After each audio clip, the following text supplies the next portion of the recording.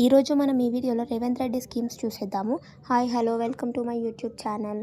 మనకి రేవంత్ రెడ్డి ఇచ్చిన పథకాలలో ఫస్ట్ వన్ రైతు భరోసా. రైతు భరోసా అంటే రైతులకు ప్రతి సంవత్సరానికి 1 ఎకరాకు 15,000 సహాయం చేస్తామని చెప్పి ఒప్పుకున్నారు.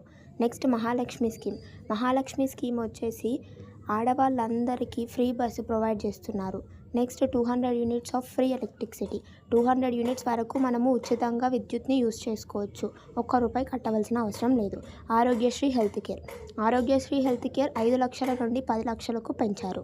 యువ వికాసం, యువకులకు డెవలప్మెంట్లో, ఎడ్యుకేషన్లో, ఎంప్లాయ్మెంట్లో సహాయం చేస్తామన్నారు. మొన్నే యువ వికాసం పథకం కింద 50 లక్షల నుండి 5 లక్షల వరకు ఉద్యోగం లేని వారికి, సొంతంగా ఉద్యోగం చేసుకునే వారికి సహాయం చేశాడు.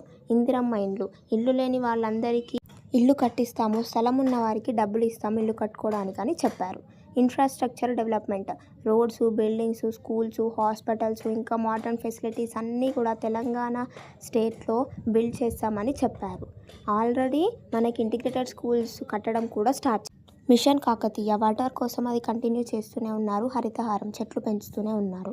సోషల్ జస్టిస్ అండ్ వెల్ఫేర్, అందరికీ సమాన హక్కులు వచ్చేలాగా న్యాయం చేస్తామని చెప్పారు. Thank you for watching.